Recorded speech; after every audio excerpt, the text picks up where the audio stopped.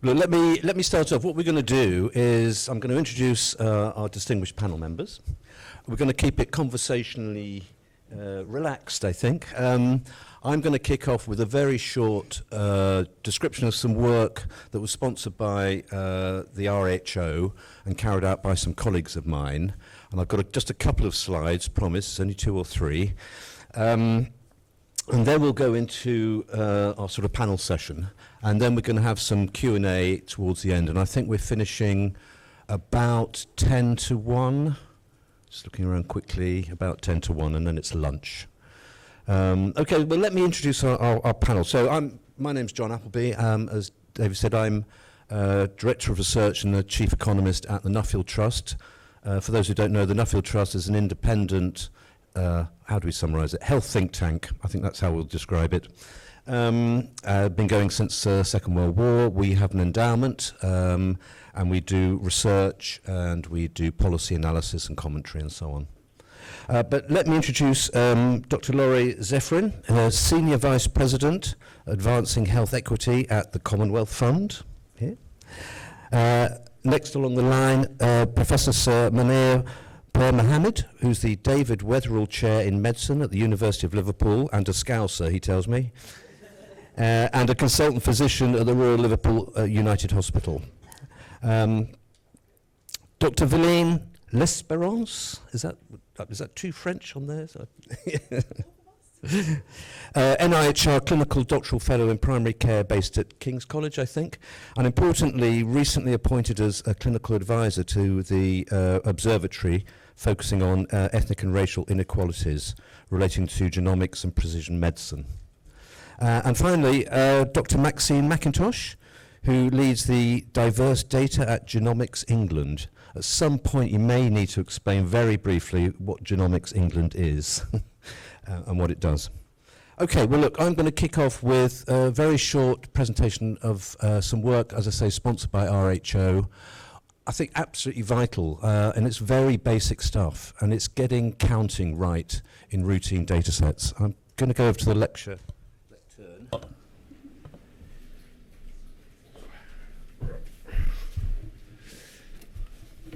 Okay, yes, this is on as well. So we've gone straight into the slides here. I wanted a little preamble, but anyway, I'll let you read that while I say something about this. So as I say, I'm going to kick off just by highlighting some, I think, very important work carried out by colleagues of mine, Sarah Scobie, Jonathan Spencer, and an old colleague of mine from the King's Fund, Veena Raleigh. And it's on a very fundamental issue. It's about accurately recording patients' ethnicity in routine health data sets. And my colleagues looked at 4 or 5 routine data sets in the English NHS. So inpatients, outpatients, accident and emergency, emergency care and community services. Now these are routine data sets. They're built up from individual patients' medical records. They're absolutely vital, not just in terms of running the NHS, but in terms of allocating money. They provide basic anonymised data for administrative systems within the NHS. It supports needs assessment and service planning. It enables monitoring of the use of healthcare by different groups in the population, equity of access and of outcomes as well.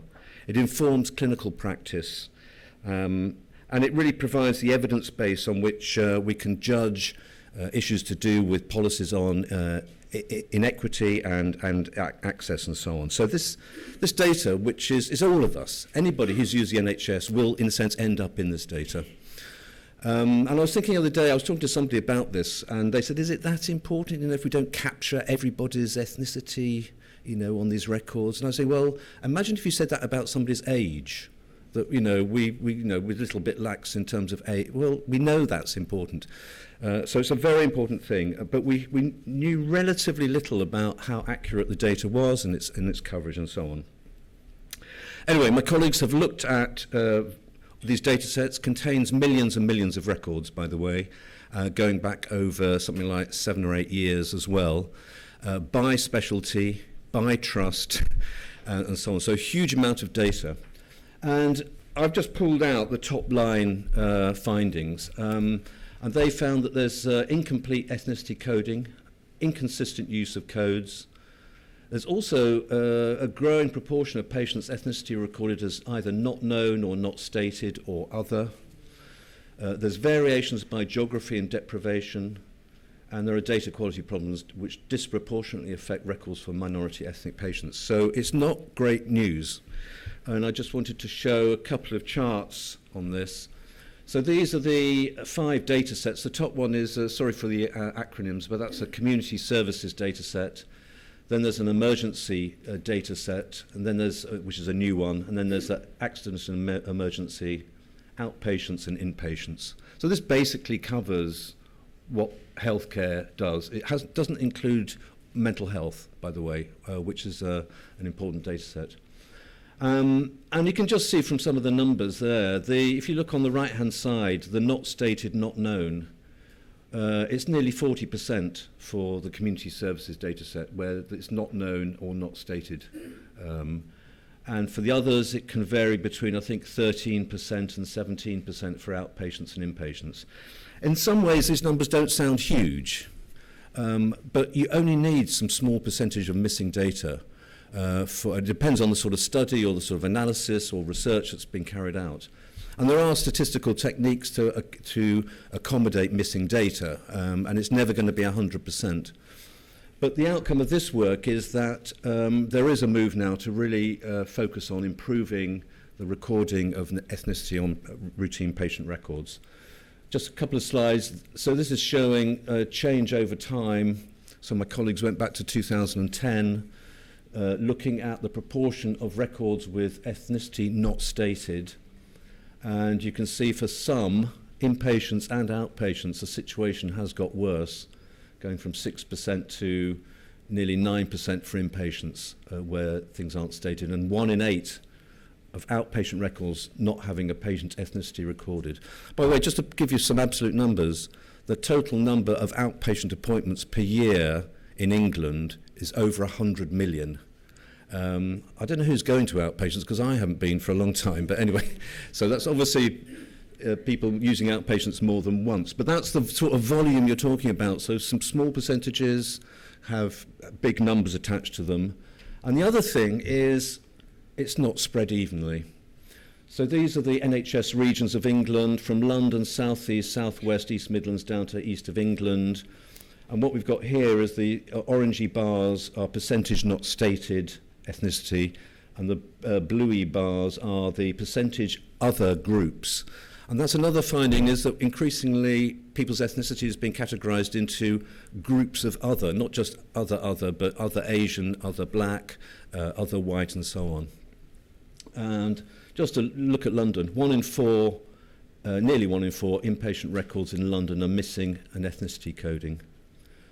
So that sort of difference across the country is really important to know about. And as I say, there are ways for researchers, and ONS, for example, the Office for National Statistics, has been working on this because they face some similar problems with data they collect via the census and in other areas. So it's a general concern across different data sets, and there are ways of compensating for this. But really, we need to get the count up and as accurate as possible. So thanks very much to the RHO for sponsoring that work, and I think it's, Habib, I think it's having quite an impact in different areas. ONS are very interested, the UK Stats Authority, CQC as well in terms of quality of data, and so on. So I think it's a really worthwhile piece of work to fund. So that's all I want to say. I want to turn to our panel now.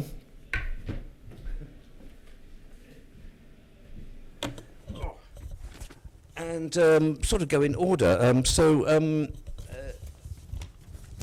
If we could start with you, Laurie. Now, Commonwealth Fund, you may need to say something very briefly for people in terms of what it is and so on, and where it is. And perhaps say something about what the fund has been doing in this area over the last few years. You could. Perfect. Thank you. Thank you, and thank you for that presentation, it's just really striking the similarities in terms of the U.S. context, in terms of the challenges about the data. And just a little bit about the Commonwealth Fund. We are a foundation.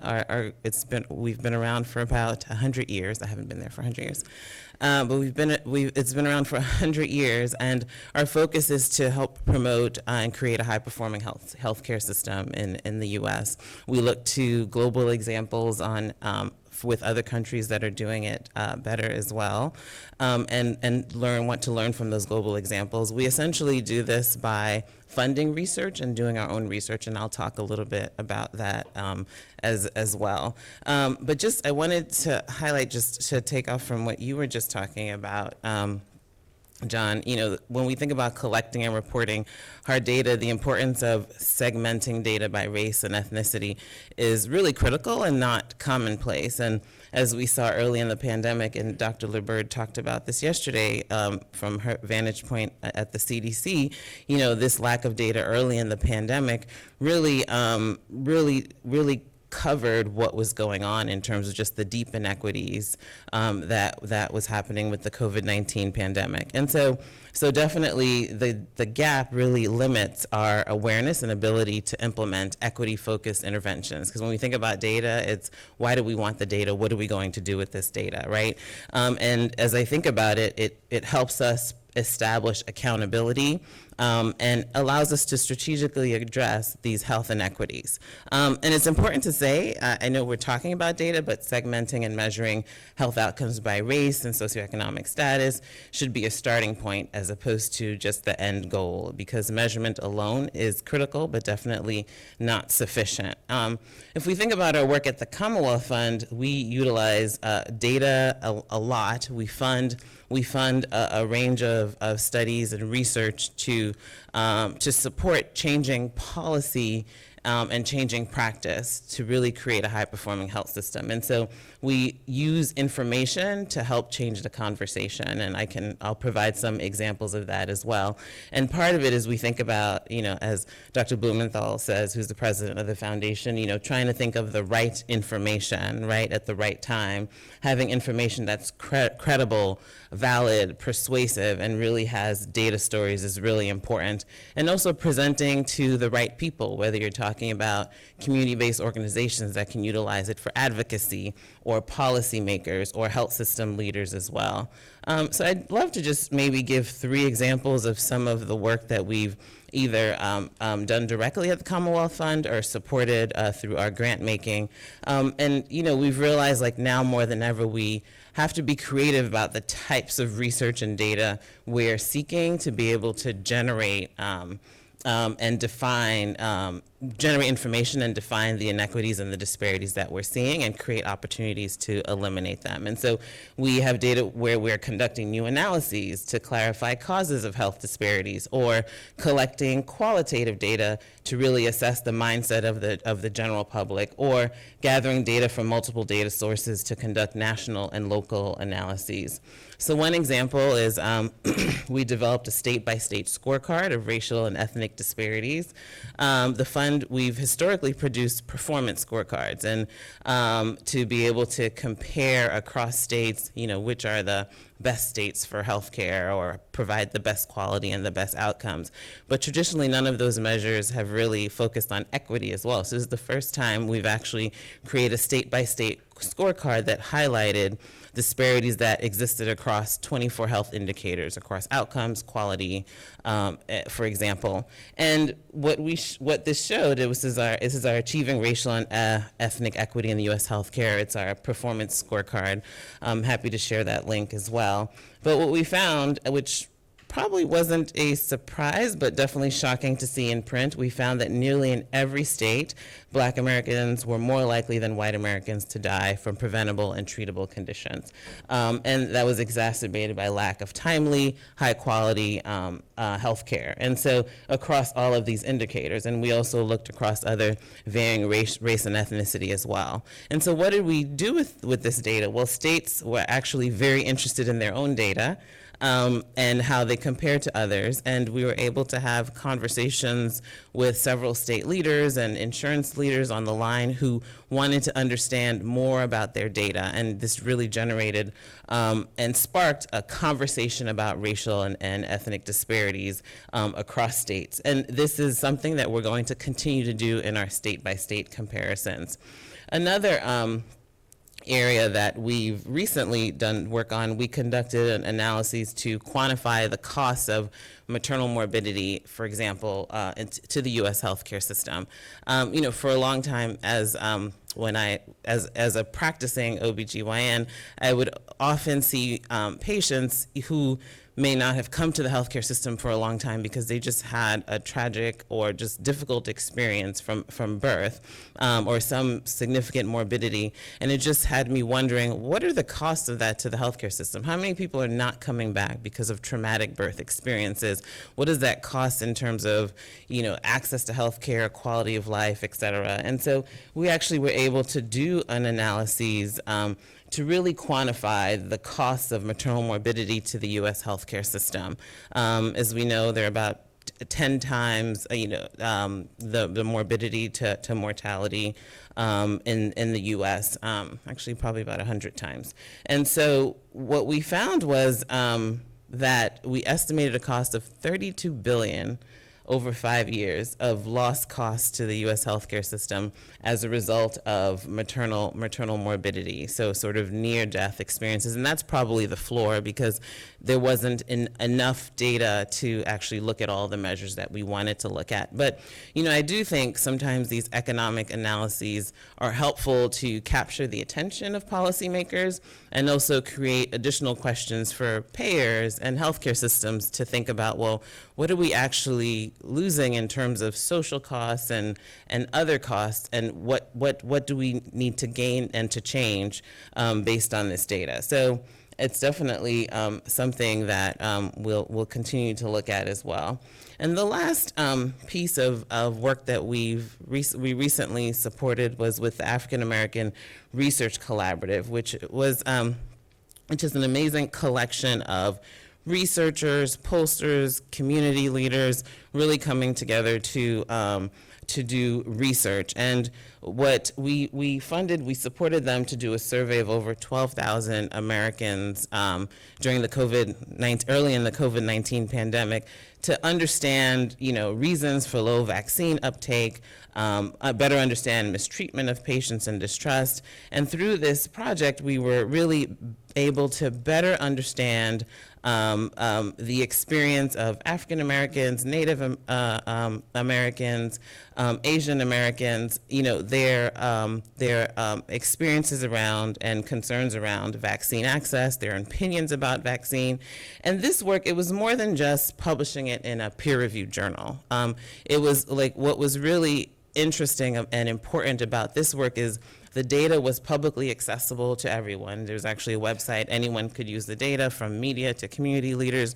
And across the various groups, we had key representatives from each community to be able to take that data and share it with their local communities to better inform vaccine uptake and concerns. And one of the key points that we found, which may not be surprising for people in this room, but larger percentages of unvaccinated Black and Native American respondents agreed that discrimination from a medical professional that they experienced was more likely to make them not want to take the COVID vaccine. So the experiences of prior discrimination. So it's really important as we think about better understanding discrimination and experience of discrimination that affects everyone's health in terms of, from a public health standpoint, to make people trust the healthcare system, we have to essentially provide more equal treatment and provide equal experiences and really ensure that we're addressing discrimination at its core. So, I think just in closing, and just to leave room for my other panelists, measurement matters. I think what I said yesterday is we measure what we value, and we can't really improve healthcare if we aren't accurately measuring and tracking these inequitable experiences, inequitable treatment, inequitable outcomes. And then the other question is, what are we using this data for? And I think there's an opportunity to utilize this data to not only hold health systems accountable, but also to help drive policy change as well. Brilliant, thank you. I've got loads of questions, but I'm not going to ask them now. I would certainly recommend people go to Commonwealth Fund's website to pick up on the really important research they do. Munir, can I just pass you that? So, excuse the... Oh, no, I need to pass the microphone. All right, okay. Yeah, that's fine, sorry. There's a comedy moment there, so to me, to you, yes. Well, just to carry that on, the Monty Python question, which is, from your perspective, what's clinical pharmacology ever done to shape equitable healthcare? I'll leave it open, and Munir, take it away. So thanks very much. I didn't think I was going to answer that question, but I'll try to do that. But first of all, thanks very much for that presentation, because I think it's fundamentally important we get our coding right for ethnicity. This not only determines how we deliver healthcare, but also how we undertake research as well. So I think it is fundamentally important to do that. So I'm a physician in the NHS, but I'm also a clinical pharmacologist by specialty. Clinical pharmacology is a specialty which looks at how drugs are used, how drugs are developed, and how we can actually improve the use of medicines in healthcare. Almost everybody in this room will be on some kind of medicine. And the NHS basically spends £22 billion per year on medicines. And what we're trying to do is to make sure that medicines work in the best way at the first time when we give that to the patient. At the moment, unfortunately, everywhere in the world, not just in the NHS, what we do at the moment is treat on the basis of one dose fits all. But if you look at all the different people in this room, can you really tell me that one dose is the best for all of you here? No. We also treat diseases on the basis of one drug fits all as well. And different people need different drugs for the same disease. And what we're trying to do is to use genomics to be able to understand that, and therefore develop that personalized precision medicine, how we can improve the way we use medicines. We know from a report published by Keith Ridge called the Overprescribing Report that 100 million prescriptions at the moment should not have been prescribed at all in the UK, in England actually. Yeah, and but we do prescribe billions, so it's still a big proportion. And unfortunately, those people who were at disadvantage with overprescribing disproportionately were the elderly, those who were more in deprived populations, but also minority ethnic groups as well. So we need to think about how we develop medicine, but how we use them as well. And I'm going to take you back to the 6th century BC, if I can. I'm going to mention Pythagoras. You all remember Pythagoras, right? And I'm not going to ask you to tell me about his theorem on triangles right now. But if somebody wants to volunteer that, I don't mind, honestly. But if you go back to things that Pythagoras wrote about, and he was a polymath, he wrote in his, one of the sort of things he was particularly fervent about was that people should not take fava beans. And there are many theories for that if you've got a sort of free, boring Sunday afternoon, you can look on Wikipedia or on Google search why Pythagoras thought that. But in fact, the reason he thought that was because of potential medical reason. People think maybe because it's beans, they cause flatulence, so that's a medical reason. But actually, the reason is that it causes a condition called Favism.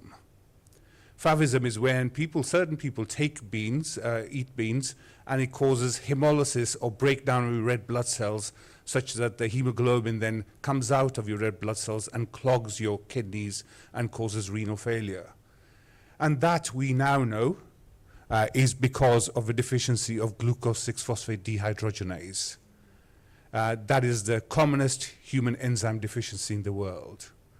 And that affects particularly some Mediterranean populations, and therefore they shouldn't be eating fava beans and so on.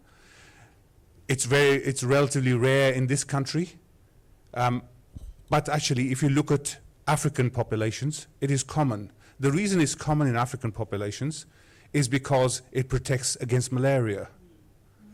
But the problem is that we develop drugs to treat malaria, but the drugs to treat malaria can also cause problems when you take them if you are deficient in glucose-6-phosphate dehydrogenase. And that creates problems. There's an interaction between disease, evolution, and the medicines we develop. So coming back to the present day, if you look at the Human Genome Project, it was completed in 2001, and it's been perhaps the biggest advance that's been made in medicine.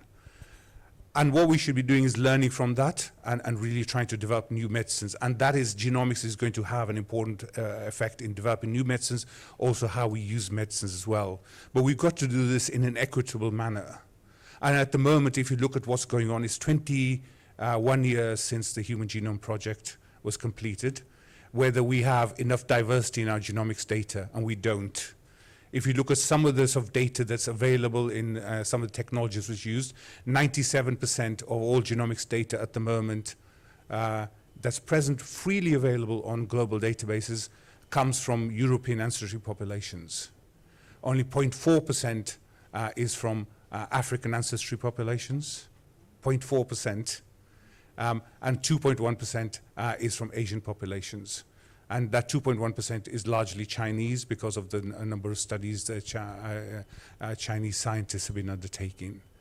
So if you do not know what the differences are in terms of ethnicity, etc., then developing drugs and trying to use drugs in the best way is not going to be possible, and you are going to create inequities in healthcare. So one example I'm going to give you before I stop is something that work we're doing with the observatory is looking at a drug that is used in cancer. It's used in 15% of cancers. It's called 5-fluorouracil. And it's a very good drug. It treats colon cancer, breast cancer, head and neck cancer, and others as well. But unfortunately, 5-fluorouracil can cause severe bone marrow depression. And certain individuals are more predisposed to that bone marrow depression. By what I mean by bone marrow depression is that your white cells go down, you can't fight infections, and you then end up with sepsis, and sometimes in hospital, and some people unfortunately die from that sepsis. So we know that the enzyme that breaks down 5-fluorouracil varies amongst all of us, and we've identified the genetic reasons for that. And so in October 2020, the NHS introduced genetic testing for that particular gene so that you could be tested for that gene. And if you had a variation in that gene, then you were given a lower dose of 5-fluorouracil, so you didn't develop the bone marrow toxicity. So we test for 4 different changes in the gene at the moment, called variants. We call them 4 genetic variants. But all those genetic variants are derived from European ancestry populations. So it's identifying people who have got those variants and therefore giving them a lower dose so they don't get the toxicity. However, anybody who comes in who's got an African background, Indian background, Chinese background will typically test as being normal for that gene because we're not testing for the variants that are present in that particular population. So what we're trying to do, not only work within the UK but internationally, is to identify people who've had problems with 5-fluorouracil and trying to sequence their gene to identify the variants that are present in their gene, and then make the case to the NHS that we expand that panel that we test for, not only the 4 variants, so we could actually test for maybe 8 or maybe 12 variants eventually. That means that we can actually make sure that everybody benefits from that genetic test and everybody gets the right dose of the anti-cancer drug that they require while minimizing the side effects that they get. So that's and that could have enormous impact very quickly. There are many other examples like that in terms of working on but that's just one example. Thanks so much for that. Really, really interesting and important work. I was going to ask you a question about some dates and years, because we hear a lot about, the human genome and things, the great things will come out of it. There'll be a drug with my name written on it, and that'll be a unique drug and so on, maybe. But as you say, it's 21 years or so since the first sequencing, and now are we looking ahead to sort of 30, 40, 50 years? Just very quickly, sorry. So there's never going to be a drug just for you as such. Sorry. but what it's important to remember that we give the same dose, and you may have drug A, but you need half the dose of somebody else in this room who requires twice the dose. And that's how you improve the way we treat people. But there will be drugs which are better for you, and other drugs are better for other people, and so on. Rather than having that individualized drug. But there are individualized therapies which are developing for certain diseases, which are genetic diseases, whereby, for example, gene therapy or certain forms of cancer, we can actually individualize therapy by undertaking genetic manipulation. So it is a spectrum whereby we can treat populations in a much more intelligent way, but to the individual as well. But as you say, you need the basic data to spot the differences and so on. Veline, do you want to say something about what the RHO is up to in terms of the research it's been doing and its upcoming work? Yeah, so I would like to start by essentially acknowledging, and I'm sure you guys are all aware, that within a short time, the RHO, the Race and Health Observatory, has driven major policy change. And I'll just use one example, which is essentially very significant. Pulse oximetry and racial bias. Essentially, their review during the pandemic identified that saturations of about 92% demonstrated discrepancies between black and white individuals. Additionally, hypoxia was underrepresented in dark-skinned individuals.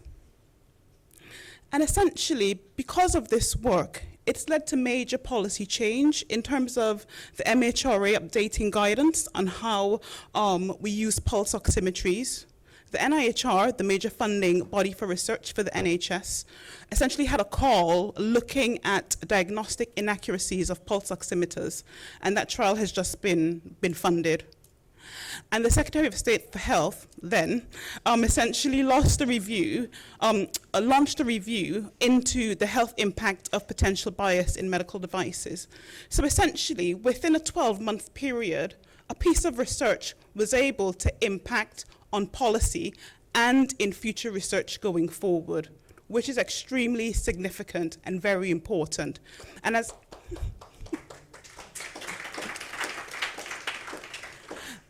a practicing clinician myself, it then makes you think about other sort of racialization in medicine, essentially. And that's led to lots of discussions about, spirometers, for example, underestimating lung capacity in black individuals. And also the NICE guidelines recently changed how EGFR is calculated for renal function. So this work, small piece of work, has made significant changes in a short amount of time. And I think that it's worth highlighting that. In terms of where we're going and what we're doing, it's not necessarily just about commissioning research, but it's also about being research partners with the academics we're working with, but also with individuals with lived experience and amplifying those lived experience. So some of the work that we have upcoming is on familial hypercholesteremia, and essentially that's having a high level of cholesterol that's based on your genetics rather than just on the foods you eat. And what we know is that there's an underdiagnosis of familial hypercholesteremia and mixed lipidemias amongst black and minority ethnic individuals. And essentially understanding the ways in which we diagnose and our referral patterns in primary care for these individuals could change the way in which we not only impact familial hypercholesteremia, but how we impact on how we manage cardiovascular disease as a whole. So that's some important work that we're currently working on. In addition to that, based on what John presented with lack of ethnicity data in in the data that we routinely collect. We're also doing some work on precision medicine. So essentially, looking at whether there are ethnic disparities in how precision medicine is used and ensuring that Black and minority ethnic individuals aren't essentially left behind as we move forward with using machine learning, artificial intelligence. And without having properly coded data, we need to ensure that we're not disadvantaging individuals from these communities, essentially. So that's what that work will be looking at and focusing on. Much. And I think you made a really telling point there, which is, I mean, people like me who like numbers and spreadsheets and things like that and fiddling about, but we've got to make the connection between doing that sort of work and asking the right questions and changing things. That's the point of it, you know, not just finding out some new stuff. And so I think the RHO, I really congratulate the RHO on making the connection between commissioning bits of work, being able to spot something where if we just knew this thing and told that person, we're pulling the right lever to change things. And I think that's a real skill which the RHO has demonstrated. Maxine, last but not least. So perhaps you could tell us about the programme you run at Genomics England, some of the pieces of work that relate to equity in healthcare, and just very quickly something about Genomics England for those who don't know. Yeah, happy to. No, I've got a non-COVID-y cold, so I don't usually sound so sickly or sexy, depending on how you want to interpret my voice. So I run an initiative called Diverse Data at Genomics England. So I'm fairly new to the world of genomics and Genomics England, so I'm kind of less than a year in. So Genomics England, for many of you might know, set up the 100,000 Genomes project, and that was, wow, room service, thank you. That was that aimed to sequence about 100,000 genomes of individuals with cancers and rare diseases. And to be slightly flippant, once the sequencing was done, the analysis continues. There was a bit of sort of head scratching and soul searching about, you know, what do we do now? This is all learned history. I feel like Munir will have experienced it. And so now Genomics England is a platform that works with the NHS that provides the kind of back-end infrastructure for the genomic medicine service and then makes that data available for research. So we kind of imagine this infinity loop whereby kind of the latest research in genomic medicine is feeding directly into a live clinical service. Genomics England has changed quite a lot. There's been a new CEO, Chris Wigley. It's now full of kind of trendy designers and ethicists and people who have kind of machine learning and data science backgrounds. So it's been quite a shift in who's in the organisation and the culture and exactly what they're doing. So it's been quite a nice period to join. So my background is in kind of statistical machine learning. For me, this was a really interesting program to apply to run, because for me it was a data bias problem. So my work has been in kind of artificial intelligence and fairness in healthcare. And I thought, you've got to be fairly smart to do a PhD in AI. And then I moved into genomics, and I thought, oh my God, this is so difficult and complicated. So I feel very naive from thinking that this is just like a data bias problem like any other modality. But what has been quite useful is that the kind of lenses and frameworks that data ethics and data bias gives you does help you think about some of these big things that shape data bias in the world. So it makes you think about taxonomies, it makes you think about colonialism, it makes you think about concentration of power in data sets, which is quite an important colour for me to kind of shape why we ended up in a situation where our genomic data sets are 80-90% of European ancestry. So the program itself, we kind of were part of the one-year spending review, like we all were. I mean, desperately hoping we'd get a wee bit more money. So we've just had the thumbs up that we've got 3 more years of funding. So we're funded to the tune of about £25 million. And the program really aims to reduce health inequalities within genomic medicine. We've got 4 main work streams to the program. So one is around research and discovery. So it's kind of stimulating more and better research on genomes that to date haven't really been collected and let alone studied. So plenty of new associations, new variants to characterize as pathogenic or benign, and more polygenic scores to make sure that they're fully transferable. The second work stream for us is around community engagement. So that's for us both a top-down and a bottom-up thing.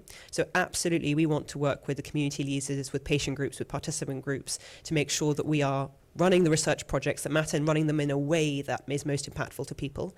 But also there's a kind of top-down thing here in the sense that everyone kind of knows that there's this big genomic ancestral imbalance in our data sets, but exactly how to go about tackling it, that's not just collect a wee bit more data. I feel like it's a little bit sparse in terms of what other institutions are doing, so we're trying to work with other data and genomic institutions across academia and the commercial sector to kind of raise this up their agenda and put this on their radar so that they have their own kind of diverse data initiative. The third for us is around data and sequencing. So obviously this is the bulk of where the pennies of the program go. So we're going to be sequencing about 20 to 25,000 genomes, whole genome sequencing, predominantly in sickle cell population genomics, so characterizing genomes that to date haven't been well represented. This includes individuals of mixed ancestry, which obviously to an extent we all are, but certainly if you fall through the gaps of the continents, you're particularly underserved here. And also rare conditions in women's and maternal health. But what's quite important, certainly personally for me, is that simply doing whole genome sequencing is not a very viable solution to really address this. So we're also looking at other ways we can enrich data. So for example, we've got an early partnership with the ONS where we're trying to link in census data to really start to kind of disentangle those gene-environment interactions to really start to work out what is a genetic factor versus what's a social factor. And unless you can get that linkage, it's very, very difficult to start to disentangle these things.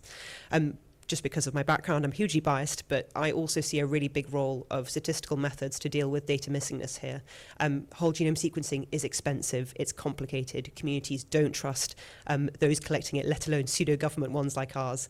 And so this will take many, many years, and we've got a high risk of getting it wrong. And there is quite a lot that statistical methods can do in the interim to provide that little plaster that helps us fill those data gaps so that someone tomorrow in the clinic might have a slightly better results because we've just done some slightly cleverer maths. So for us, that's quite an important thing to kind of invest in to say, how can we use the novel statistical methods available to us to plug that gap in the meantime? And then the last one for us is around products, tools, and behaviors. So one of the things that I feel a bit sad about in this genomic data landscape is that there is a really big focus on data, and I think people underestimate the behaviors that are shaped around those data sets. So for example, anyone who's done a GWAS will know recently or way back when you would have just binned the individuals of non-European ancestry because it's easier, it makes your results less good, and then that's just what people do. And unfortunately, that sort of behavior is what plagues the sorts of analysis we see in genomics. And so we really want to make sure that we are investing in giving people the concrete tools, products that they need to make their work as equity enhancing as possible. So that's everything from like a new software package right down to a toolkit by which to engage with different communities about what genomics means.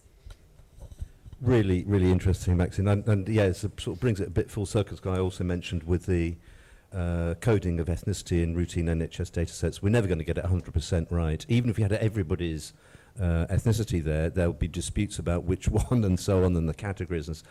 But there are statistical techniques which you can use to accommodate missing data and so on and make some judgments about that.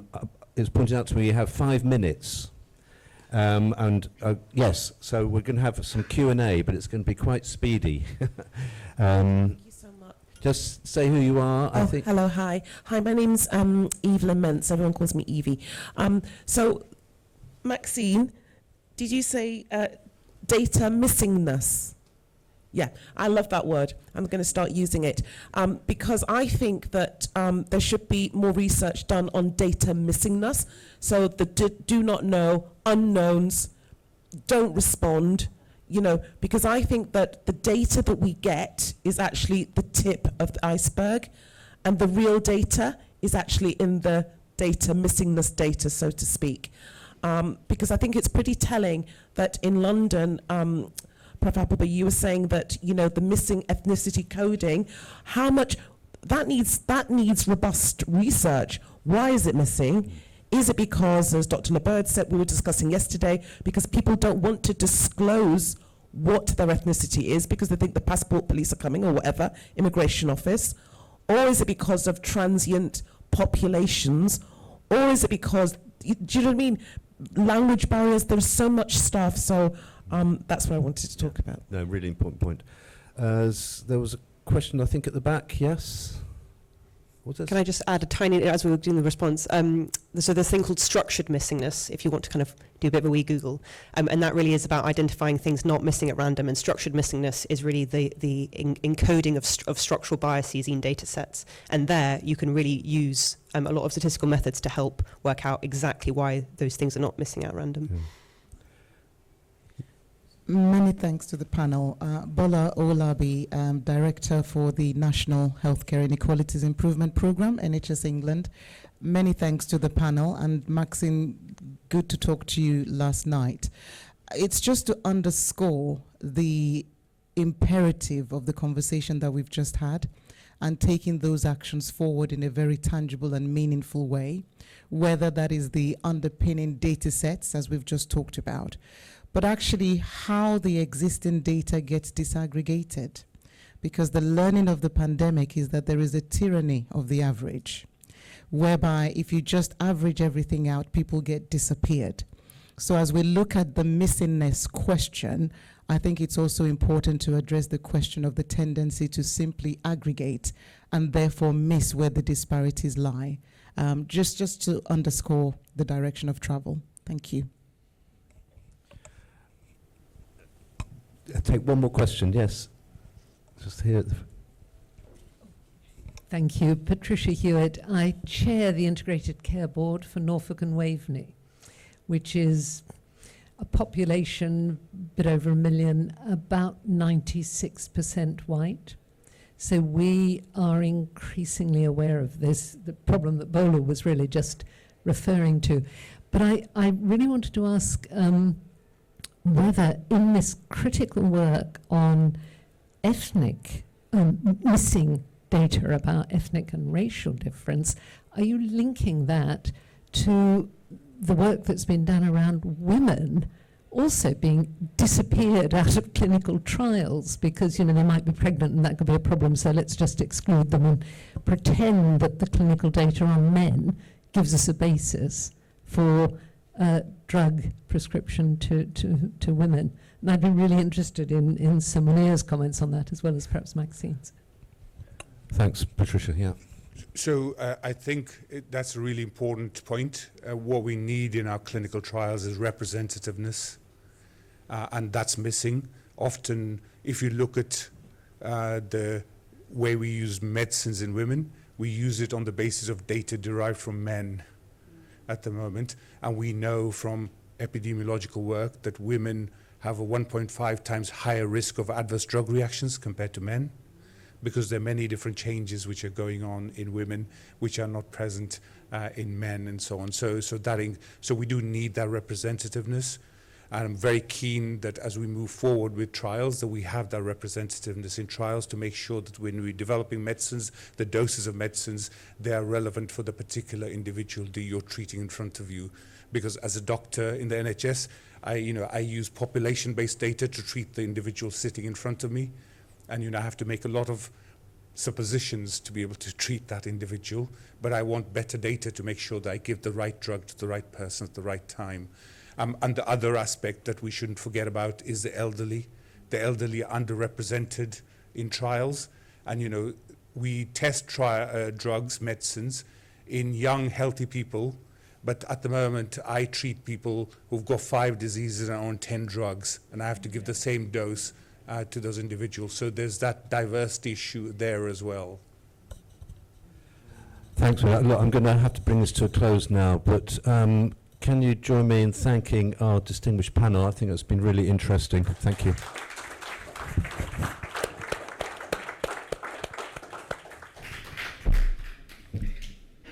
Thank you so much for that, John, and what a fantastic panel. That was so interesting. Felicia was behind me whispering in my ear all the time, this is so interesting, this is so interesting. And it really is, because it's things that that I didn't know before. So thank you so much for that, because data isn't something that comes easily to many of us, but we know that we have to collect that data, and we know we have to break down that data. And I found it really fascinating to hear about some of the uses for data to make things better for all of our population. So thank you all very, very much. We're now going to have a video, and then after I'll talk to you a little bit more about what we're going to do for lunchtime. Thank you.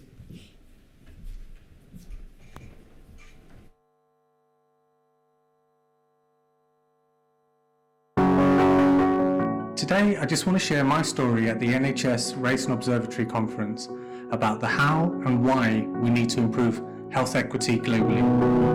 My name is Ash and I am the CEO and co-founder of Couch Health. So let me tell you a little bit about Couch Health, the creative health engagement agency. We're based in Manchester, UK, but we are global in our ambitions. We work across a number of different modalities. We do patient engagement, we do community engagement, and we also do healthcare communications. We do it all for one reason only, and that is to improve everyone's lives, but also to make healthcare inclusive and more equitable. So I think for context of why Couch Health exists is I need to explain my lived experience and my family's lived experience. Over 20 years ago, when I was doing my A-levels at the time, my father was diagnosed with prostate cancer. He was in his early 50s, diagnosis was missed, and when he was finally diagnosed, it was a terminal diagnosis. So my father came here in the 60s. He was in his teens at the time, obviously loved the UK culture, which is very different to India. My father, a postgraduate, when he came to the UK, when he finally graduated, he wasn't given the opportunities he should have got. So he actually was a TV engineer working for Granada, famous television studio in Manchester at the time. Conversely, my mother came over in the late 70s. It was an arranged marriage. She was also a postgraduate, but for her, English definitely wasn't her strongest language. In the UK, she worked in an ice cream factory. She was actually testing records at Decca Records. So one of her first ever records she was testing was Cliff Richard's Congratulations. I mean, that just contextualizes how long we've been in the country. So we lived in Surrey in the 90s, which was a very white area, a very affluent area. So the healthcare teams would reflect the area. So my father's diagnosis was missed because of biases. What those biases meant was that my father's diagnosis was missed for a consistent period of time, around 3 years. The symptoms got worse, back trouble got worse, burning in the stomach, losing weight, losing hair, and he was really struggling with his health. And we tried all of our, Asian remedies, homeopathic medicines. We tried changing his diet. It just got worse. So in the end, my father actually just took it into his own hands, went into the GP and demanded a referral to the hospital. And that's when he finally was diagnosed with prostate cancer and given a terminal diagnosis. So after his diagnosis, there were biases that continued. One of the biases that stayed with me throughout my whole career was that my father's oncologist was actually an investigator for a global phase 3 clinical trial in prostate cancer. It transpires that my father wasn't actually eligible because he was young, and they wanted older individuals for their clinical trials, which always blows my mind because prostate cancer is now, people are getting younger and younger and younger.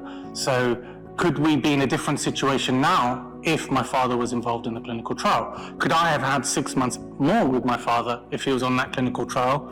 He could have seen me pass my A-levels, he could have seen me go to university, he could have gone in a way that he would have been proud to see something of his only son's life. So a year after my father was diagnosed, my mother was also diagnosed with thyroid cancer. But the challenge here was we didn't notice any issues with my mother. She didn't notice her own symptomologies. But in hindsight, when we look back, it was actually quite clear. It was from a family photograph. We noticed she had a goiter quite large just on her throat. And we said, that's odd. But then when we look back, she put on weight. She was losing hair. She was very hyperactive, but then also very low moods in certain situations. So she was going up and down. So for us as a family, we were going through a lot at the same time. The challenges we faced during that time was we didn't have any family in the UK. We didn't have a support network that we could rely upon to help us through that situation. I was an only child. My mother's English wasn't as strong as it could be. And my father obviously was going through his own challenges. So we weren't able to give him the support. The information we were getting from healthcare wasn't helping us. The materials were jargonistic. It was hard for us to understand what to do. Decisions on his life were on myself and my mother that we couldn't make an informed decision on because we didn't have the information. Myself and my mother were still trying to navigate, how do we manage my father's end of life, care. There are cultural barriers for us. He was often referred to hospices and, respite care for my mother.